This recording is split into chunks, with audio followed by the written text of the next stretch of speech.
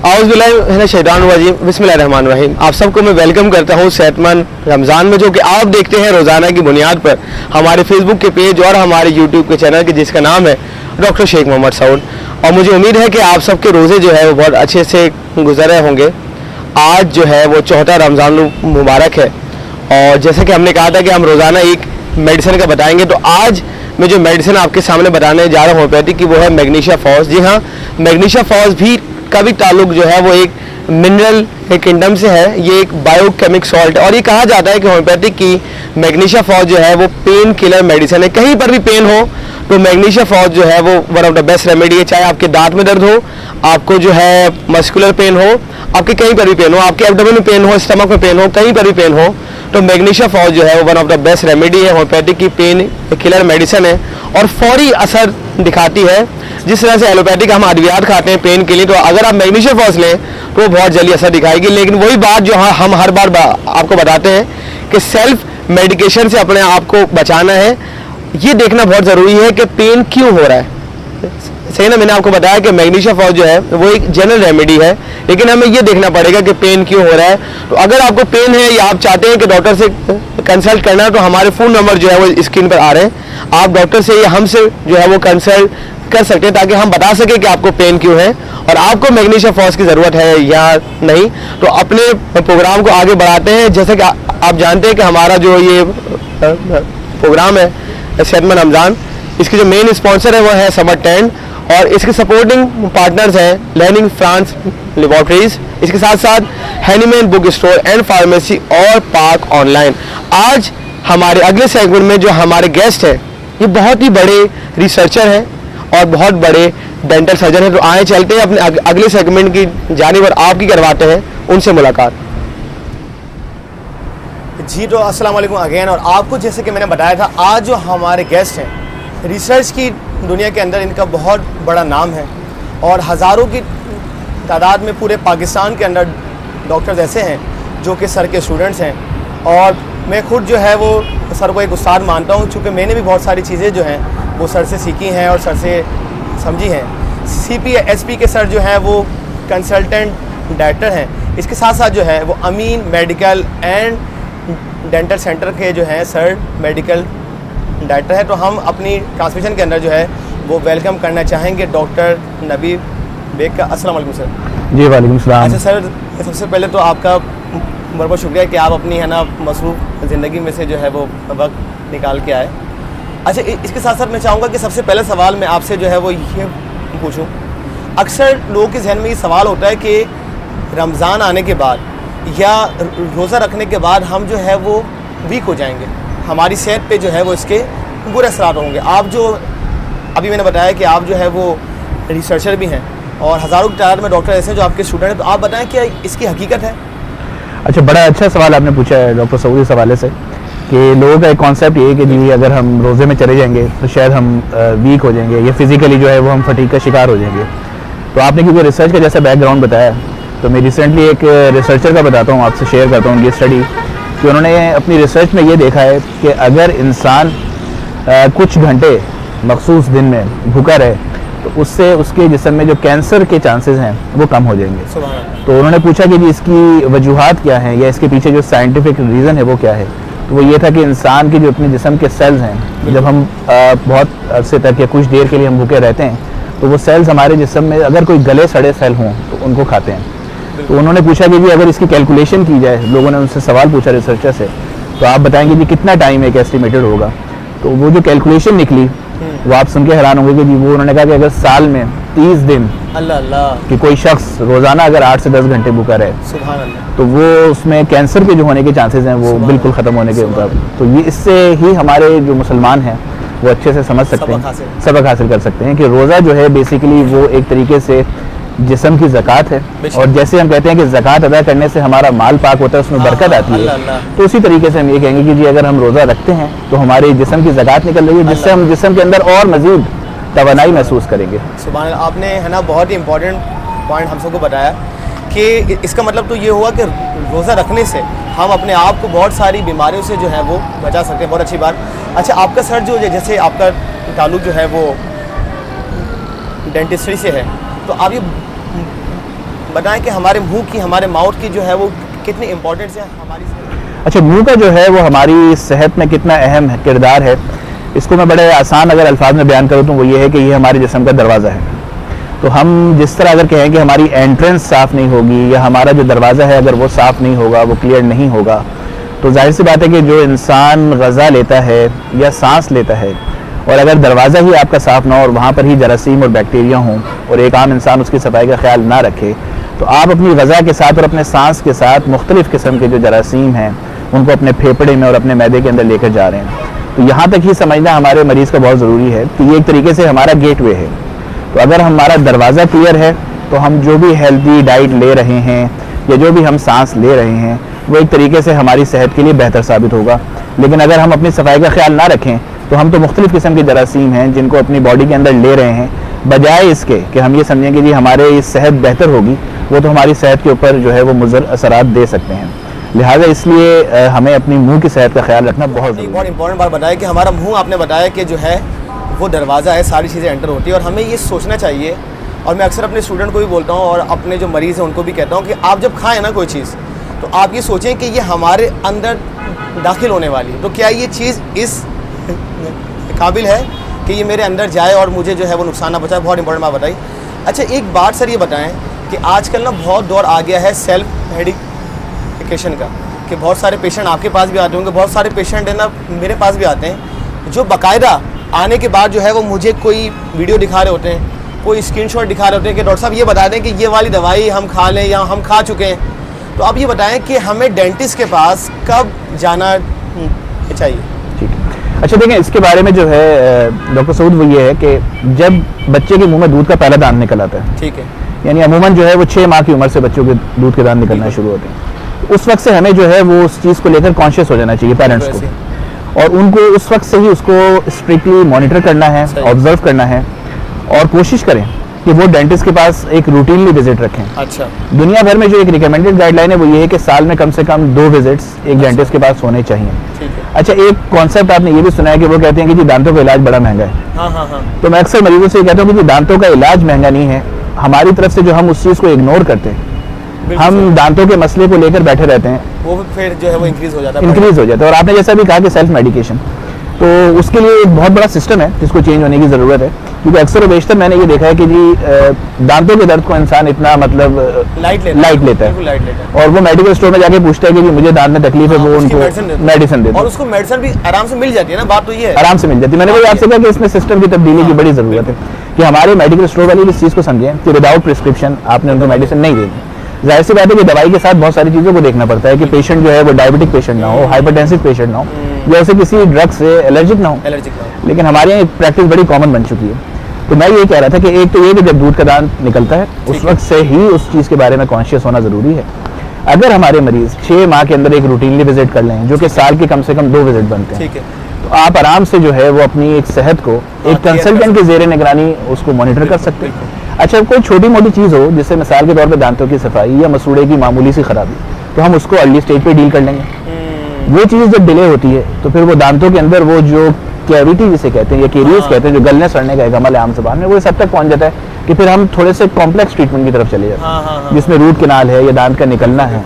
तो मेरी तो सिर्फ इतनी सी गुजारिश रहेगी तमाम देखने वालों से, अपने व्यूअर से भी, कि 6 माह में ये कोई ख़ास आपकी जेब पे भारी नहीं पड़ता कि अगर आप एक कंसल्टेंट को जाके हर 6 माह के बाद, हाँ, क्वालिफाइड डेंटिस्ट को विजिट करें। ये मैं आपके प्रोग्राम के जरिए ज़रूर कहना चाहूँगा कि क्वालिफाइड डेंटिस्ट को विजिट करें, ये ज़रूरी है, और हर 6 माह में जाके एक रूटीन का विजिट अपना करते रहें, तो इंशाल्लाह ताला ये है कि उससे उनकी सेहत मॉनिटर होती रहेगी। ठीक है, आपकी सेहत मॉनिटर होती रहेगी, बहुत अच्छी बात। अच्छा सर, एक मेरा आपसे आम सवाल है।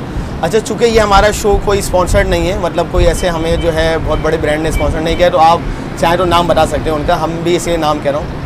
अक्सर मरीज़ मुझसे भी सवाल करते हैं, आपसे पूछते होंगे कि डॉक्टर साहब हम टूथपेस्ट कौन सा इस्तेमाल करें? ठीक है, तो आप ये बताएं कि कौन सा टूथपेस्ट सही है, या वो जो है वो मंजन इस्तेमाल करें, कौन सी चीज़ जो है वो हमारे दांतों के लिए सही? ठीक। अच्छा, देखिए, मंजन के इस्तेमाल से मैं आपको बताऊं कि एक अरसे से, तवील अरसे से हम सुनते आ रहे हैं कि हमारे जो बुजुर्ग हैं, हाँ, मंजन, वो भी मंजन यूज़ करते थे। बिल्कुल।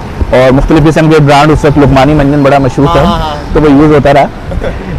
मंजन के अगेंस्ट हम नहीं है, मंजन का जो मटेरियल है उसको समझने की ज़रूरत है कि वो एक एब्रेसिव मटेरियल है, वो एक ऐसा मटेरियल है जिसको रगड़ देगा वो आपको। अच्छा, रगड़ से क्या होता है कि हमारे यहाँ जो सबसे बड़ा प्रॉब्लम है वो ये कि पेशेंट की हैंडलिंग कोई प्रॉपर गाइडेंस नहीं है, तो वो मंजन को लेकर जोर जोर से रगड़ते हैं। इसी तरीके से दंदासा आपने देखा है, लेकर जोर जोर से रगड़ते हैं। अब वो जोर जोर से रगड़ने से होता है कि जो दांत की आउटर सरफेस है इनामल, आप उसको रफ कर रहे हैं, आप उसको रफ कर रहे हैं। प्लस ये कि मसूड़ा एक बहुत सॉफ्ट इशू है, वो मसूड़े को जिस तरह जोर जोर से रगड़ते हैं तो वो फिर मसूड़ा भी डैमेज होता है। ये दोनों चीज़ें मिलकर दांत को जो है वो फिर हसास बनाती हैं, सेंसिटिव बना देती हैं। जहाँ तक आपने टूथपेस्ट का सवाल किया, मैं बड़ा एक आसान जवाब देता हूँ हर मरीज को कि टूथपेस्ट चेंज करते रहें। अच्छा, हर महीने कोशिश करें कि टूथपेस्ट जो है वो चेंज हो जाए, वरना आप एक वक्त में अपनी 2 टूथपेस्ट इस्तेमाल में रख सकते हैं। इसकी वजह ये है, हिकमत ये है कि देखें हर प्रोडक्ट अपनी एक स्पेसिफिक प्रॉपर्टी की बुनियाद पर मार्केट में एग्जिस्ट कर रही है। ये तो आप भी समझते हैं कि हर मेडिसिन की अपनी एक प्रॉपर्टी होती है। अच्छा, कोई मेडिसिन, कोई टूथपेस्ट ऐसी है जो ज़ाहिर बात है हर्बल के अंदर डील कर रही है, कोई खाली सेंसिटिव को देख रही है, कोई दांत के स्ट्रक्चर को जो है वो दोबारा से स्ट्रॉन्ग कर रही है, रिफॉर्म कर रही है। किसी में फ्लोराइड ज़्यादा है, किसी में कुछ ऐसे सॉल्ट्स और मिनरल्स हैं जो हमारे दांतों की रिक्वायरमेंट है। तो अगर आप उसको चेंज करते रहते हैं तो ये कि जो भी रिक्वायरमेंट है हमारे गम्स की और दांतों की वो पूरी होती रहेगी। तो ये मेरी एक गुजारिश रहेगी, कोई भी एक टूथपेस्ट लेकर उसको मुस्तकिल इस्तेमाल में ना रखें, चेंज करते रहे, चेंज करते रहे। जी बिल्कुल। अच्छा, एक और अहम सवाल कि अक्सर ये मैं देखता हूँ, ऐड भी देखता हूँ, वीडियोस भी आ रही है कि भाई अगर आप जो है वो खाने का सोडा दांतों पे लगा ले तो क्या इसकी इम्पोर्टेंट। अच्छा डॉक्टर सऊद, आपने जो सवाल पूछा बड़ा अच्छा पूछा था सोडे के हवाले से।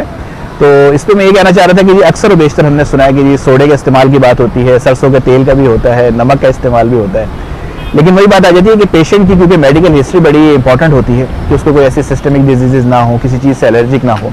और जाहिर सी बात है कोई चीज़ जब मार्केट में आती है या प्रोडक्ट आती है तो वो उसके जो इंग्रेडिएंट्स होते हैं उसकी एक स्पेसिफिक अमाउंट के साथ उसको डिज़ाइन किया जाता है। हमारे यहाँ पेशेंट को जाहिर सी बात है कि जो मटेरियल यूज़ करेंगे उसकी अमाउंट क्या रखनी है, उसकी इंग्रेडिएंट की क्वांटिटी क्या होनी चाहिए, प्लस ये कि उसका यूज़ का टाइम कितना होना चाहिए, ये सारी चीज़ें बड़ी मैटर करती हैं। तो जब ये सारी चीज़ें आपके पास मौजूद होती हैं तो वो एक प्रोडक्ट की सूरत में जो मार्केट में अवेलेबल चीज़ें हैं, बेहतर ये है कि उनको यूज़ किया जाए, बजाय इसके कि हम जो कहते हैं वो घर के टोटकों को, हम इसके खिलाफ नहीं है कि घर के टोटके की, लेकिन घर के टोटके के अंदर जो इंपॉर्टेंट चीज़ है वो उसकी मिकदार और उसकी अमाउंट की बात होगी। इसीलिए मैं बार बार गुजारिश कर रहा हूँ आपके प्रोग्राम से, अपने जो भी व्यूअर्स देख रहे हैं, वो ये है कि जी एक क्वालिफाइड डेंटिस्ट को जाकर रूटीनली कम से कम हर 6 माह के बाद एक विज़िट कर लें, ताकि वो आपकी दांतों की कंडीशन के साथ साथ आपकी जो भी जिस्मानी सेहत है, जो भी सिस्टमिक डिजीज़ अल्लाह ना करे कि जी सबको होती हैं, लेकिन जो भी जिस्मानी सेहत है उसके साथ साथ उसके मुताबिक एक बेहतरीन टूथपेस्ट, माउथ वॉश या ब्रशिंग टेक्निक जो है वो उनको एडवाइस कर दे। तो अगर हमारा मरीज़ 6 माह में जाके एक रूटीनली विज़िट करता रहे तो मैं कहता हूँ कि मुंह की सेहत से काफ़ी हद तक जो है वो मुतमईन हो सकता है। साथ साथ एक बड़ी इंपॉर्टेंट चीज़ आपके प्रोग्राम के तवज्जुह से कहना चाह रहा हूँ, वो ये है कि मिसवाक का इस्तेमाल जो है वो ज़रूरी करना चाहिए। इसके ऊपर इतनी रिसर्चेज हैं, इतने हमारे पास स्कॉलर्स और PhD लोग कर चुके हैं, इसके अंदर इतनी अच्छी एंटीबैक्टीरियल एक्टिविटी है कि ये हमारे मुंह के जो जरासीम हैं उनको बड़े अच्छे तरीके से कंट्रोल कर सकता है। और आपके प्रोग्राम के तवज्जुह से एक मैं बड़ा अच्छा किस्सा शेयर करना चाह रहा हूँ जो मुझसे अभी गुज़िश्ता मेरे उस्ताद ने शेयर किया, कि हमारे लोग इस चीज़ को समझ सकें कि इसकी क्या इंपॉर्टेंस है। हज़ूर सल्लल्लाहु अलैहि वसल्लम जो है बड़ी कसरत से मिसवाक का इस्तेमाल करते थे, यहाँ तक कि जब आपके विसाल का वक्त था तब भी आपने हज़रत उम्मे आयशा से गुजारिश की कि जी मेरे मिसवाक करवा दी जाए। इस चीज़ के ऊपर बड़ी तहकीक की गई कि आखिर इतनी कसरत से जो है वो हमारे नबी करीम सल्लल्लाहु अलैहि वसल्लम मिसवाक क्यों करते थे। तो तहकीक से ये साबित हुआ कि आपके ऊपर वही आती थी हज़रत जिब्राइल अलैहिस्सलाम, तो हज़रत मोहम्मद सल्लल्लाहु अलैहि वसल्लम फ़रिश्तों से जब हम कलाम होते थे तो फ़रिश्ते जो हैं वो बदबू से बहुत दूर रहते हैं। तो आप नबी करीम सल्लल्लाहु अलैहि वसल्लम ये कोशिश करते थे कि मुंह से किसी किस्म की कोई बदबू ना आए, ताकि जब वो फ़रिश्ते से हम कलाम हो तो उनको किसी किस्म की बू महसूस ना हो। तो हमारे मुसलमान को ये समझना ज़रूरी है कि जो हमारे कंधे पे किरामन कातिबीन मौजूद हैं, जो मुस्तकिल 2 फरिश्ते मौजूद हैं, अगर हम अपनी मुंह की सेहत का ख्याल नहीं रखेंगे तो वो किस तरह हमारे साथ गुजारा करेंगे। तो इस चीज़ को, इस वाक़े को बयान करने का मकसद ये है कि हम अच्छे से समझ लें कि हमारी मुंह की सेहत किस हद तक अहम है और हमें किस हद तक उसकी सफाई का जो है वो ख्याल रखना है। जी सर, आपका सर बहुत बहुत शुक्रिया। और आज मैंने यकीनन बहुत कुछ आपसे जो है वो इल्मी बातें सीखी और हमारी ऑडियंस ने भी जो है वो बहुत कुछ जो है वो सीखा होगा। आप हमें जो है वो कमेंट सेक्शन में ज़रूर बताएं, और सर के जो है वो फ़ोन नंबर्स भी आ रहे हैं स्क्रीन के ऊपर। आप अगर जो है वो सर से अपॉइंटमेंट लेना चाहें तो बिल्कुल जो है वो इन फ़ोन नंबर्स के ऊपर जो है वो आप फ़ोन करके जो है वो सर से अपॉइंटमेंट ले सकते हैं। आखिरी में सर, मैं अक्सर जो है गेस्ट से मैं जो है वो सवाल पूछता हूँ और उनको कहता हूँ कि आखिरी का मैसेज दें। मैं चाहता हूँ कि आप आखिरी के मैसेज में ना हमारी जो यूथ है, नौजवान नस्ल है, इसको आपको मैसेज दें कि वो कौन से ऐसे अवामिल हैं जिनको अमल करने के बाद जो है हम डॉक्टर नबील या कोई अच्छी जो है वो शख्सियत बन सकते हैं। सबूत बड़ा अच्छा आपने सवाल पूछा है। और जब आपने शुरू में तारुफ करवाया था, इंट्रोडक्शन करवाया था, तो उस वक्त आपने कहा था कि ये मेरे उस्ताद। ये जो उस्ताद लफ्ज़ है, इसकी अहमियत को समझने वाले शागिर्द आजकल बहुत कम हैं। और अगर मुझसे आप कहेंगे कि जी कोई एक मैसेज दूँ तो वो ये है कि अपने वालिदैन का और अपने उस्ताद का एहतराम करें। ठीक है, आप टेक्नोलॉजी में उनसे एडवांस हो सकते हैं, लेकिन आप तजर्बे में और आप अपने इल्म में उनसे एडवांस नहीं हो सकते। ठीक है, तो उस्ताद हमेशा से उस्ताद है, और जब कहा गया कि आपके वो एक रूहानी वालिदैन हैं तो वो बात गलत नहीं है। दूसरा, आपके प्रोग्राम के तवज्जुह से ये कहूँगा कि रमज़ान का जो महीना है, जाहिर सी बात है आपने रमज़ान सेहतमंद रमज़ान, तो सेहत अल्लाह ताला की दी हुई तमाम नेमतों में से सबसे बड़ी नेमत है। ये हमें समझना होगा कि हम अगर सेहतमंद रहेंगे तो हम एक सेहतमंद ज़िंदगी गुजार सकते हैं और हम अच्छे तरीके से इबादत कर सकते हैं और अच्छे तरीके से जो हम अपने माशरे में अपना एक रोल प्ले कर सकते हैं। क्योंकि जब हम सेहत की एक डेफिनेशन देखते हैं तो वो यही है कि आपकी जहनी, समाजी और जिस्मानी सेहत, इन सब का एक इम्तिजाज है, मजमुआ है कि इन सब को मिला के हम कहते हैं कि ये एक सेहत बनती है। तो मेरा आखिरी मैसेज जो होगा वो आपके प्रोग्राम के तवज्जुह से वो यही है कि अपने वालिदैन का और अपने असातिज़ा का जो है वो एहतराम करें और जो वो कहते हैं उनके ऊपर अमल करें, क्योंकि वो अपने तजर्बे की बुनियाद पर वो चीज़ गाइड कर रहे होते हैं। अगर आप मुझसे आज पूछेंगे कि मैं जो हूँ या जो चंद लोग मुझे जानते हैं, इंसान की क्या औकात है, इंसान की क्या बिसात है, तो वो सिर्फ ये है कि मेरे वालिदैन की दुआएं और मेरे असातिज़ा का वो ताउन और उनकी गाइडेंस है। और जिस तरह हमने अपने वालिदैन की खिदमत करने की कोशिश की, जो भी थोड़ी बहुत हम कर रहे हैं वो कर रहे हैं, और अपने असातिज़ा का भी एहतराम किया है, तो अल्लाह ताला जो है वो यकीनन आपको इज़्ज़त भी देगा और वो मकाम भी देगा जो इंसान डिज़र्व करता है। तो बस यही कहूँगा कि जी जो रमज़ान के साथ हमने बहुत कुछ सीखा है, एक डिसिप्लिन, हलाल चीज़ों से भी रुक जाना। हाँ। तो आम जिंदगी में इस चीज़ को समझना है कि अल्लाह ताला ने जो बड़ा वाज़ेह फ़र्क बताया हुआ है हलाल और हराम का, तो हमें हराम कामों से अपने आप को रोकना है। और ये जो रौनकें हैं हमारी मस्जिदों की, ये भी गुजारिश रहेगी नौजवानों से कि ये भी इसी तरीके से कायम और दायम रहें। और नौजवान जवानी की जो इबादत है उसका तो कोई मुकाबला नहीं है, बिल्कुल उसका तो बहुत अजर है।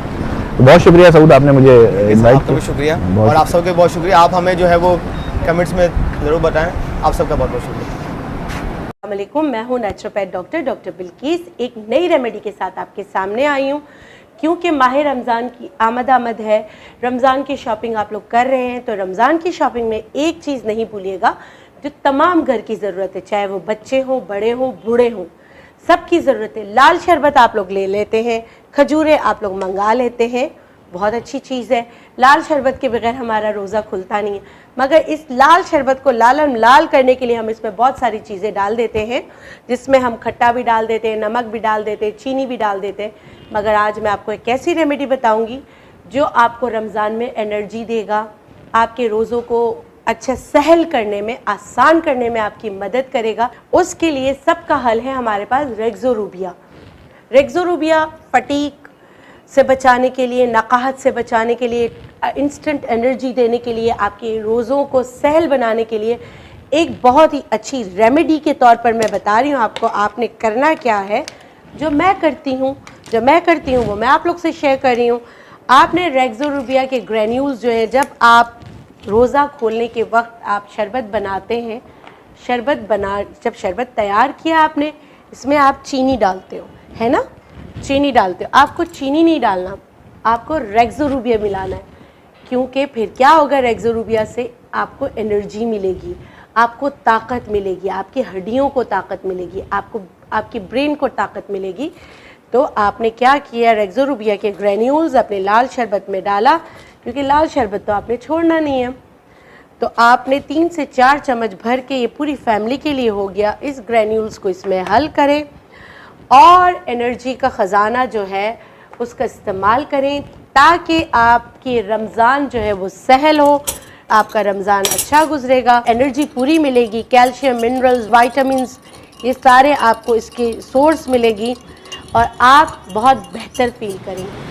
अस्सलाम वालेकुम, मैं हूँ आपकी होस्ट ज़ारा। उम्मीद है कि आप सबके रोज़े खैर खैरियत से जा रहे होंगे। आज जो मैं आपको हदीस बताने चाहूँगी उसमें हज़रत अबू मसूद गफ़ारी रज़ी ताला अन्हा से रिवायत है कि वो फरमाते हैं, रमज़ान का महीना था, आपने हज़ूर अकरम सल्लल्लाहु अलैहि वसल्लम को फरमाते हुए सुना कि अगर लोगों को रमज़ान की रहमत, बरकत और फजीलत के बारे में पता चल जाए तो वो ख्वाहिश करें कि पूरे साल रमज़ान हो। इस हदीस से ये बात वाज़ेह होती है कि रमज़ान एक बाबरकत मुक़द्दस महीना है, इसकी बहुत ज़्यादा फजीलत है। इसमें रोज़े रखने और इबादत करने की बेतहाशा मुक़द्दस फजीलत है। अगर आपको हमारी ट्रांसमिशन पसंद आई और है आप इस ट्रांसमिशन का हिस्सा बनना चाहते हैं तो कमेंट सेक्शन में ज़रूर बताएं। अल्लाह नेगेबान। Presented by Summit Tent, supporting partner Henneman Bookstore and Pharmacy, Lanning Laboratories and Park Online Shopping.